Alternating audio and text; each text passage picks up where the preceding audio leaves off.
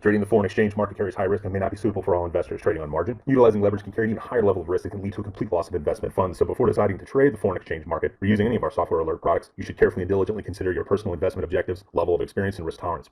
There is a possibility that you could potentially sustain significant loss. You should not invest any capital or trade that you cannot afford to lose. It is your responsibility to be aware of and understand all risks associated with foreign exchange trading and to seek professional advice from an independent certified financial advisor if you have any doubts. Auvoria Prime does not exercise trading authority over your trades. You and you alone exercise discretionary trading authority over every trade.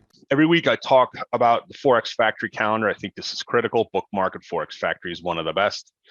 Always filter out the events that don't matter, at least in my opinion. Red folder only. Anytime a red folder event happens, you probably want to have your system paused for it. So as I'm most familiar with Alexander Einstein variable, it automatically pauses if you so choose in front of these events. These events tend to bring chaos to normal trading systems. Thus, you have lower win rates on your trades, right? So it just makes sense to stay away from. So Federal Reserve Chairman Powell is broadcasting via Zoom and answering lots of ridiculously stupid questions that are being asked to him by people looking to push agendas on both sides of the table that know nothing about international money.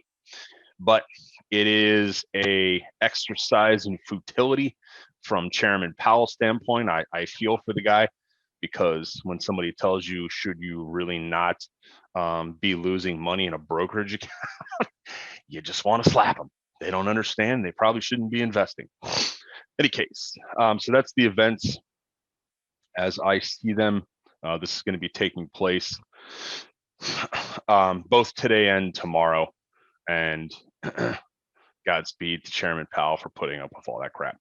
But it's part of your role as a central banker is to sit in forums many times throughout the year. Most of these meetings have been via Zoom the last year because of the pandemic, and answer really dumb questions. So that being said, there was a little bit of a whiff, if you will, from the equity markets globally, which have been on a absolute bender, if you will, over the last almost a full year since the doubling down in quantitative easing and all the other relations of devaluations of underlying currency, especially our dollar, have gone. And so it's important to sort of recognize that. And I have a tendency to be somewhat redundant on that statement because it can't be said enough, right? So in these markets, as Clint Eastwood, one of my favorite actors, always said, man's got to know his limitations, right? So looking at the markets, this is a link I'm going to put into, this is a free website. I recommend everybody bookmark it. We'll put this in the risk mandated category, right? This is the futures snapshot of everything in one shot. Why is this important? Well, because it gives you a look in one dashboard of everything that's going on and its relation to everything else, right? Why is that important? Because if you can spot trends or a hint of something going awry in a particular market that could affect the currency markets, right? Keep in mind that most that has been affecting the currency markets has been, global news-based events or Brexit or anything that's related to the devaluation of a country's underlying currency, mostly just stimulus packages coming out in some form or another, whether it's central bank induced or by the governmental and legislative bodies of each respective country. So in this particular case, what I'll do is, don't worry about the zero here, just click on the daily and then just click on charts. And you can go over and just look at the charts in relation to everything else. How are equities doing in comparison to the European or the Japanese equities here, right? I always look at that first. I want to see what's going on with oil and maybe some of the other, obviously gold and silver play into this discussion. Do keep in mind that they call it Dr. Copper for a reason. Okay, typically the underlying health and or the inflation issues related to markets are usually run first by copper because this is a core commodity, if you will, that is in almost everything electronic that is produced on this planet. So it's always important to follow it, even though it's unrelated to currencies. It has been signaling inflationary strength, right? Why does that matter? Because that can affect currencies if inflation starts to rear its ugly head. And this is something I really haven't talked that much about because honestly, we haven't seen it. But the simple fact that central banks and governments around the world have been coming out with stimulus packages, they've really been juicing or goosing, if you will, their underlying markets. Inflation can start to creep up. This is not a good thing in capital markets, right? Let me say that again. Inflation is not a good thing in capital markets because of the simple fact that they send currency spinning. Okay.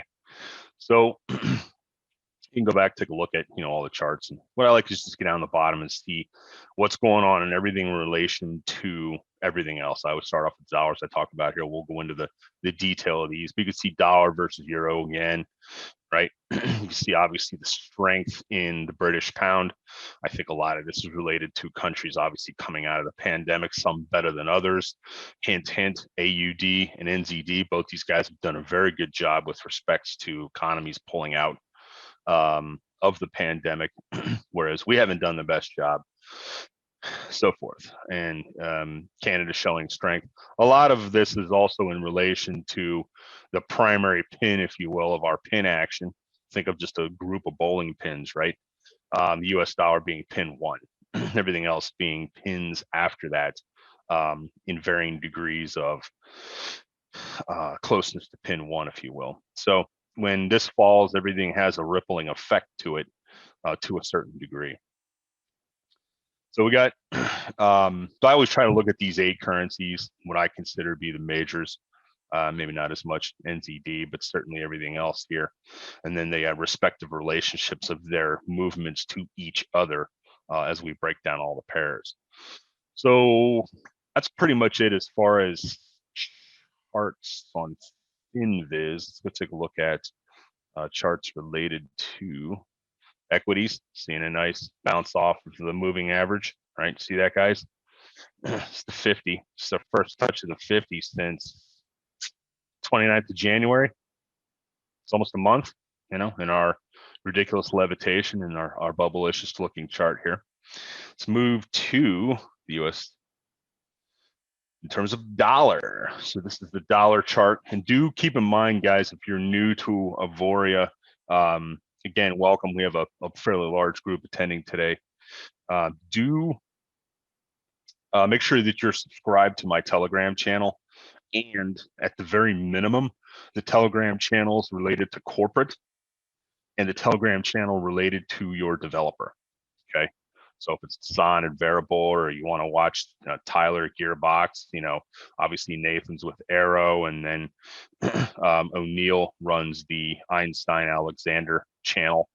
And then our new software is coming out, hopefully with no hiccups later this week. I post a lot of stuff in this Telegram channel. Make sure you're tuning in.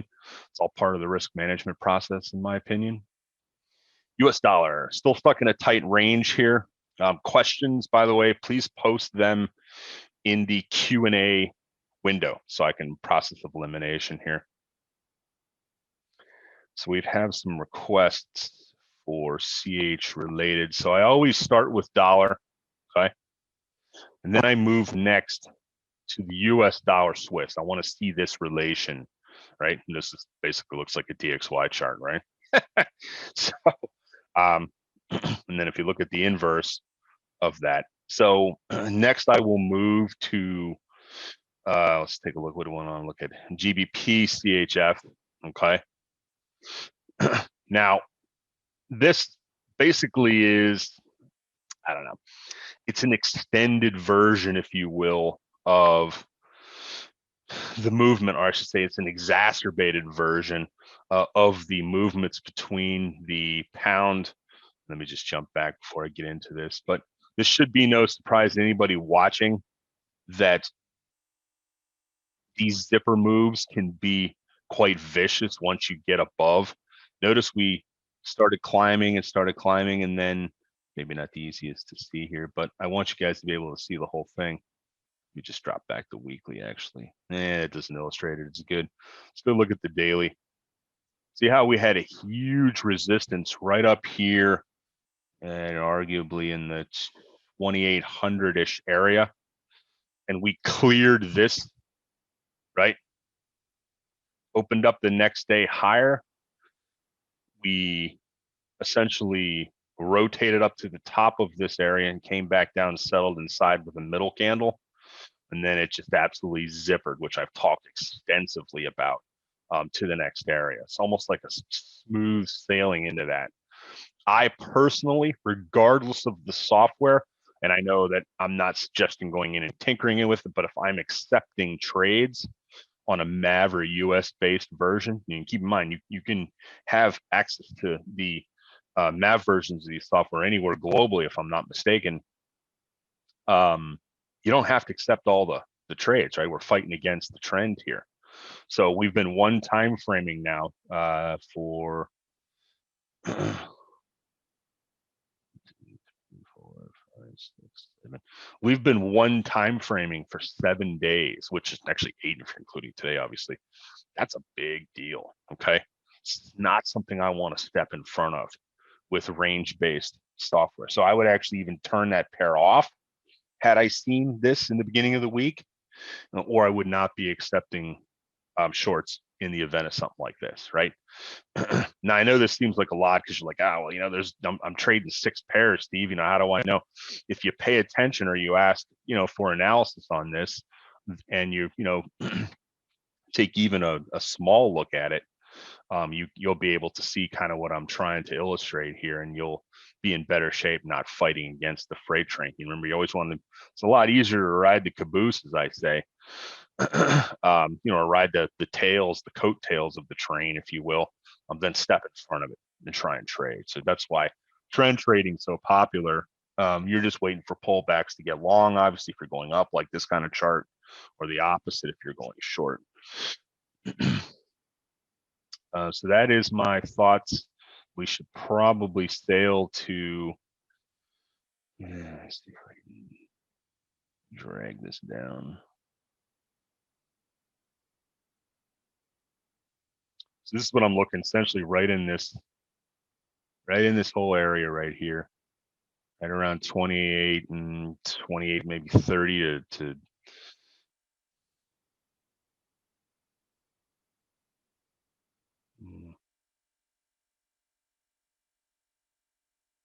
maybe to 28.10, this whole area. Yeah. More than likely we'll pause there and begin to build a base, which would be my assumption because we've spent a lot of time there. In addition to that, you want to look at the weekly chart for maybe some clues as to where we're headed. So looking at the weekly, you can see we've had a head and shoulders pattern here back in the fall, which is and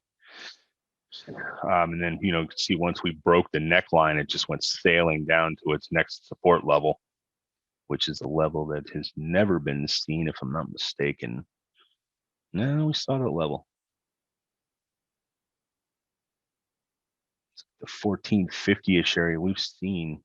It was a long time ago. It's way back in 2011. All right, so let me just reset this. So I would probably be not as interested in taking shorts up till probably this level. And then, it'll react and essentially probably begin to form a base, I would imagine, unless something absolutely goes crazy in relation to this, in which case all of my technical analysis is thrown out the window. CAD CHF. I think let's put that on.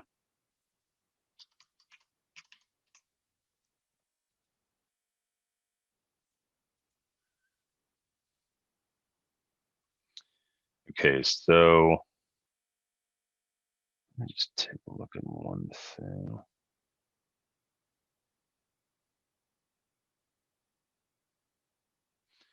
Yeah, so let's drop back to daily. Okay, so essentially the weakness in the Swiss franc has just been exacerbated in the lift of everything that has been a front currency to it. Same reasons. I think that probably need to take just a quick peek back here first. A lot of times I'll always jump back to the staple analysis of U.S. versus U.S. dollar versus the Swiss first. And you can see there's been some strength in the dollar in relation to it, which I think's not as much the front currency in this rip higher, if you will, as just its weakness in relation to the pound. Let's go back down and take a look at that.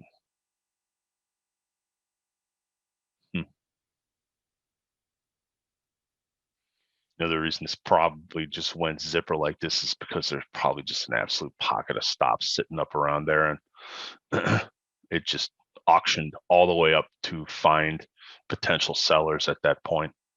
It's kind of what I'm seeing.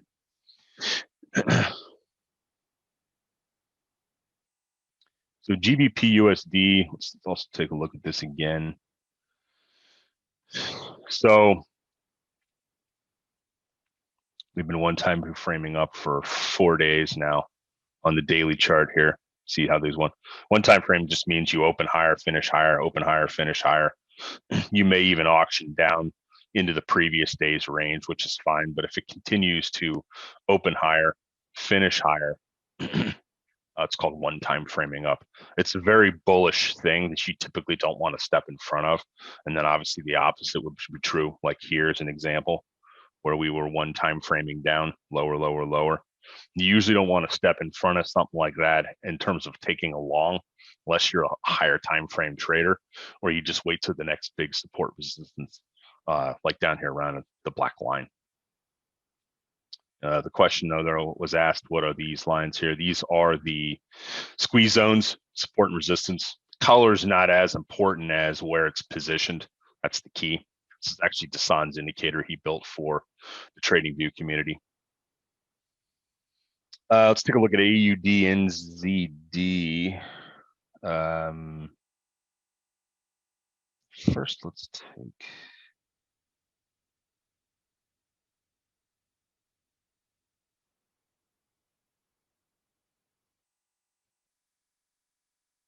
So I think I covered all that. Let's take a look at this.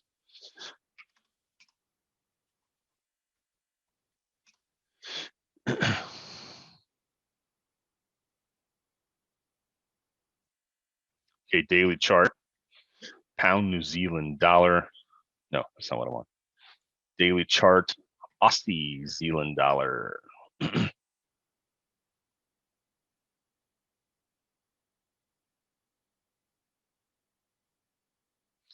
There almost should be, and maybe it's going to have to take another trip back up to this area to print. But I kind of see a resistance line printing here with Dasan's indicator probably pretty soon, which puts, at least for now, a little bit of a ceiling on any lift up to this spot 08 2 area, all the way up to probably spot 0830 area, somewhere in this area would be my assumption.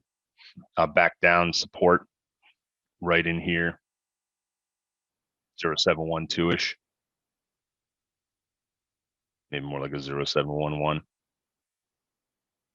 be my assumption.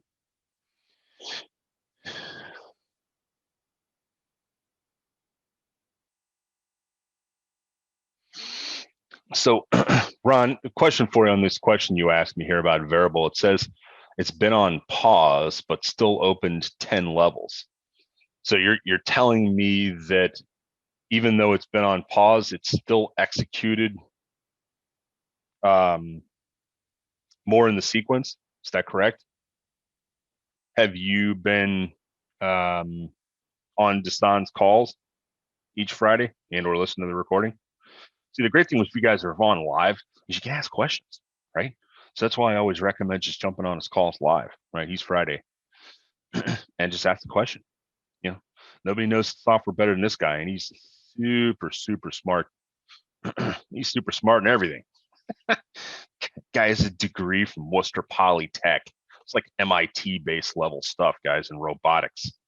So he knows the stuff, and asks the questions away because he's looking to make Variable a superstar. But there has been some discussion, and actually, you know what? Here, while we're at it, this is Dasan's account.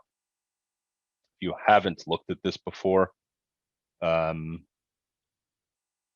but essentially he's been running default settings and pausing for red folder events since he created Variable, and he's never had any issues. So I'm not sure, what's going on with your account. He uses KOT4X, right? But there's lots of good brokers out there you can use. So it isn't just necessarily because he's at this broker, right? As long as you guys are at good brokers and you have default settings. But it looks like there has been some discussion about changes in having the software look at becoming a trend-based component to it versus just sideways. So I've asked for some clarification from Dasan on that, and once I get clarification on that, I can let you guys know. A zipper is essentially where price of any tradable asset, or any tradable instrument, I should say, wants to rush to the next area of support or resistance. Essentially, that's what a zipper is. And a lot of times that zipper can have what's called zero prints that run through it, which just is nothing more than a fancy explanation for something moving to its next price area super quickly. And if it's leaving zero prints, they're called missing notches, meaning that more than likely it's going to want to go down and print something through there. And I'm going to probably blow a lot of people out their chair with this discussion, so I'll just keep it as simple as that. When I get more into the market profile and the volume-based profiling trainings with you guys, which is something we're going to have to do on different software. And I'm not sure I'm going to get into that, but a zipper is a term we use for price just basically moving very quickly through an area, oftentimes with zero prints up to something in terms of higher price or lower price. Sorry, I'll avoid the industry jargon. But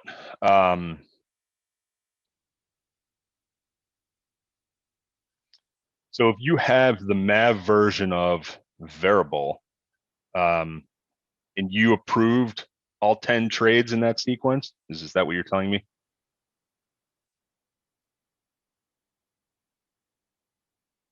Because I probably would not have fought that trend. That's what I'm saying. And obviously it's easier for us to look back an armchair quarterback, right? You said when you pause, it won't send you an alert after the trade is closed out. Okay.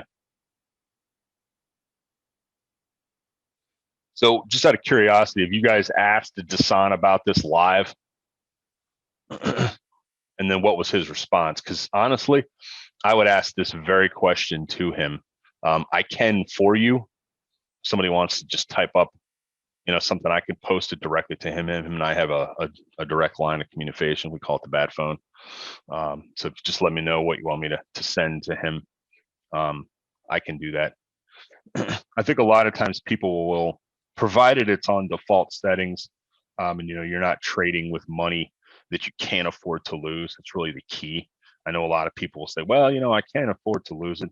I can, but then it starts to go down a whole bunch and they freak out. So usually have to extract from them that they actually can't afford to lose it. But if you can afford to lose it, that's really the key. So this is the whole other discussion that could be going on for hours in terms of how I would lay out a financial plan. I'm not going to bore you guys with all those details right there, but I think it's just a lot of people will not pay attention. I'm not calling out any particular actors in this group, but just generally what we see happen with a lot of subscribers is they'll get real comfortable because the thing's trading well. They'll stop paying attention to calls, stop making adjustments to the software. Just think of like a big hedge fund, right? If you're Renaissance Capital, run by Jim Simons, which is one of the world's largest quant funds, he's a multi-billionaire. This guy's been killing it for decades. but they also have 150 PhDs that are super mathematicians sitting around watching all the algos, right? They may print money from the markets, but it's in constant adjustment. So even though it's an automated system, it still requires maintenance. So using that, maybe not the best example, but always want to keep an eye on, what changes are being made. And if it really was that poor, would I be looking at a 26% return? Really key. And you can look at the pairs and so forth. You always want to make sure. But if you look at the summary, these are all the pairs that are being traded right now. I don't know if you guys have an FX book double verified hooked up to your account, but if you want me to take a closer look at it, send me this link. You can send it to my email if you want, or you can put it in the Q&A window and make sure it's a fully verified FX book. I know this isn't necessarily the easiest thing to do, but I've posted and talked many times about how to get this set up. This, in my opinion, is analysis and risk management 101 in terms of running. Because if you ever want to share this, you can unlock or lock all or portions of everything that you see here. You don't necessarily have to show everything, but if you do send the link to me via email, make sure it's verified. If it's hooked up to a real account, you can unlock all this so I can see what's going on. I do not share variable links with anybody if it comes from a subscriber. It's the same Hippocratic oath that I take as a Series 65 financial advisor. So the confidentiality is a huge thing of what I do every day for clients. So, but it allows me to sort of peer in and see what's going on. The vast majority that have done this, we have found that they've had problems in terms of how they were set up. So I would just go back in and double check all the settings. I'd say probably 95% of these that were sent to me, settings were off. And that's just across the board on most software. So risk management, again, which I'll talk a lot about going forward, is make sure everything is ability to have analysis done on it. We can usually see what the problems are. A lot of times you can actually pop these links as well, to Dasan. You can take a look at it. Keep in mind he's got tickets and stuff to catch up on, and give him a day or two to get back to you on something like this. But maybe he could find out if there's any problems. All right, let's see questions here.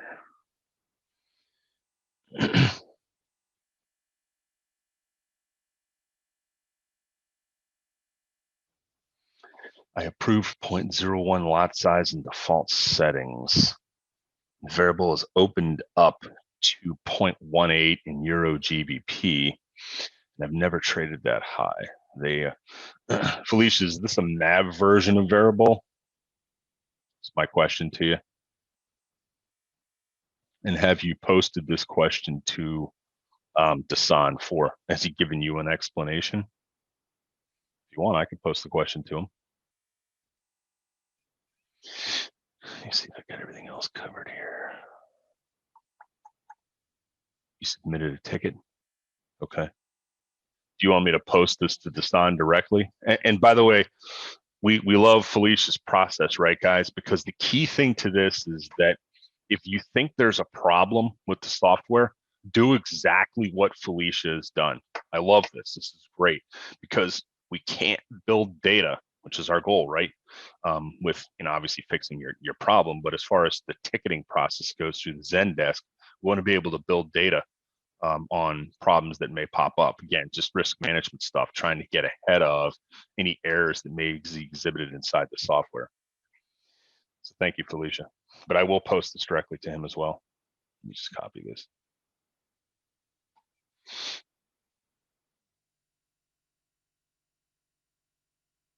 Yeah, he will not give out his email, nor will I. Because everybody will just be sending him emails and they won't be using the ticketing process. They'll be blowing his email up, which is not smart. Process is the way to collect data is, there's a reason why a lot of these companies use Index.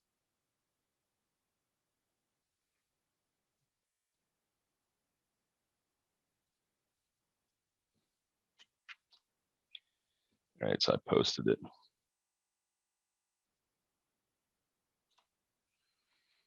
And I know this is not advice a lot of the leaders globally want to hear, but the important thing to understand is also you want to put this on a demo for a while before you go live, right? Many times, any kind of either semi or automated trading system in trading anything by any entity is not necessarily as much as the back test as it's run live with simulated money is what I call it. And it gives you a chance to see how it operates. And many of these organizations I talk a lot about, mostly the big funds, they won't deploy anything like this until they've actually seen the thing operate for about 6 months. Now, I know a lot of people are like, oh, I got to pay for 6 months of this. No, not necessarily. But, the endeavor into this becomes much cheaper if you guys just go out and find 3 people, right? And let me just take a look through here.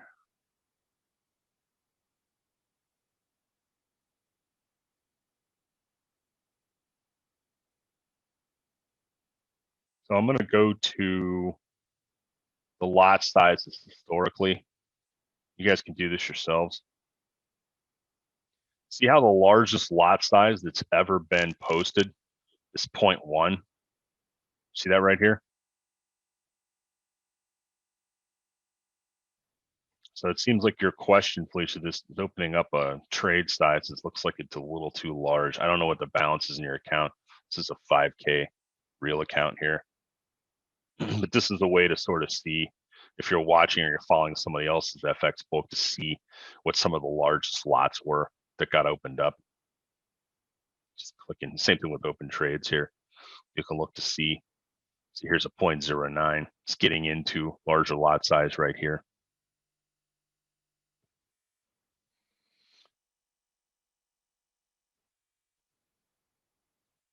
Let's see what else.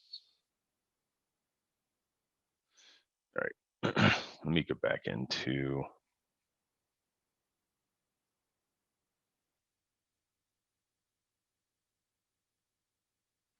I would have thought we would have been fairly contained today. And that Powell's comments would probably have pushed us down a little bit.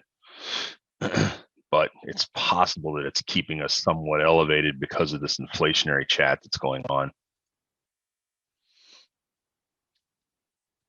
So, Euro British pound, 1, 2, 3, 4, 5, 6, 7, 8 days of one time framing down.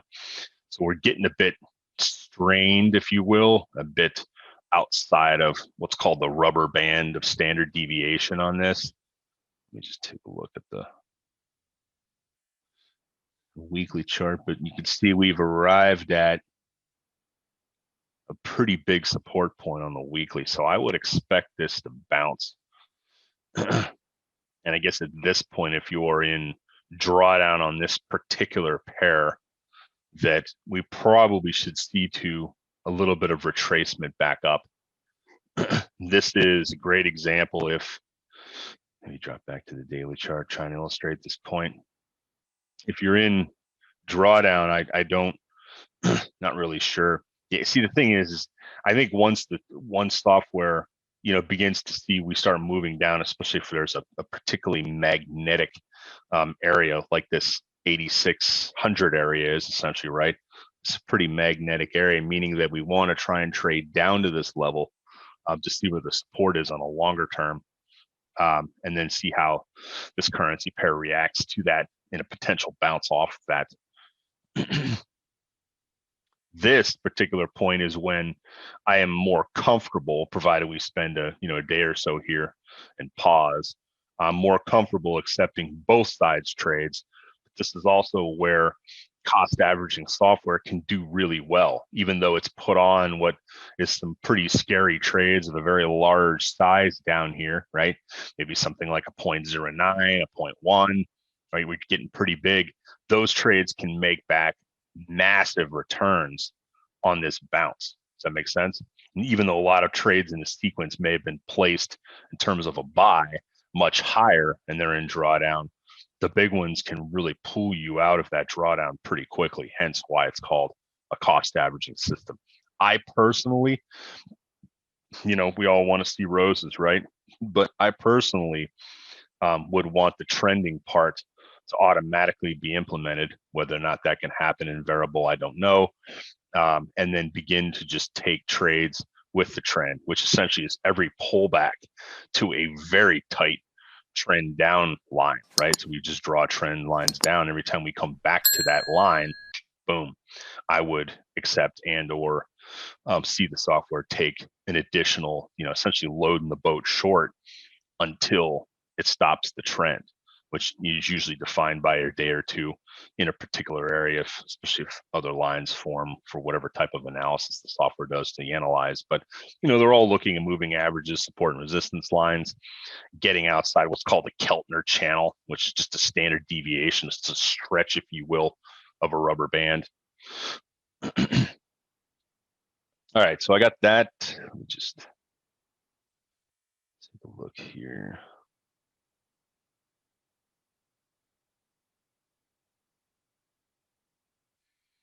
Yeah, you should hit resistance and bounce back in GBP USD. I would expect that. Didn't get the link. Let me just repost that link.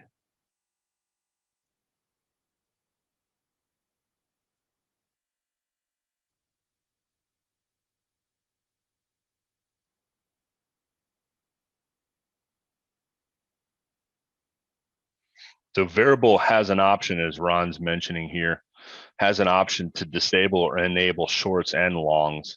It's a great feature if you like trend trading. So everybody should probably get a little more acclimated to that. If you're not utilizing that, you're doing yourself a disservice. Let me see if I can post that link again.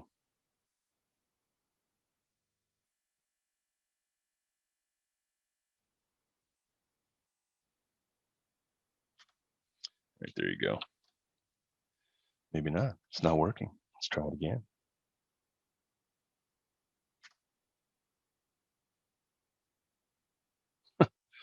That's funny. All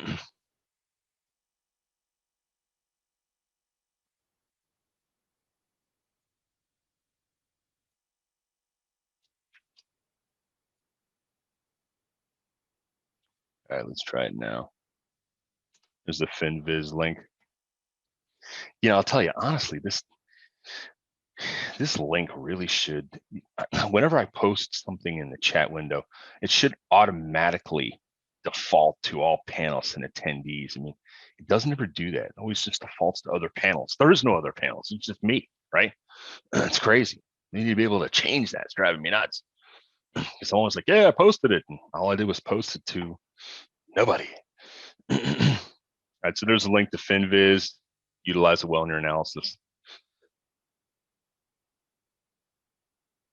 I think just everything. There's like a lot of stuff going on in the markets. So I'm just trying to pay attention. Let's take a look at the JPY pairs. I got a request for that. Came back up into a big area of resistance. It turned right back around. Essentially the last 3 days, other than today, last 4 days of weakness in the dollar, all one time framing down notice until today. It's the first time we've stopped doing that. So now with this particular pair, you have the ability, in my opinion, to maybe accepting trades as we move sideways potentially in this period. All right, guys, that is it for me today. If anybody's got any questions or you want to send me an email, do keep in mind, if you send me an email and you want me to look at settings or have any of our developers look at settings, you gotta hook it up to my FX book and make it so that I can see everything when I click on your link.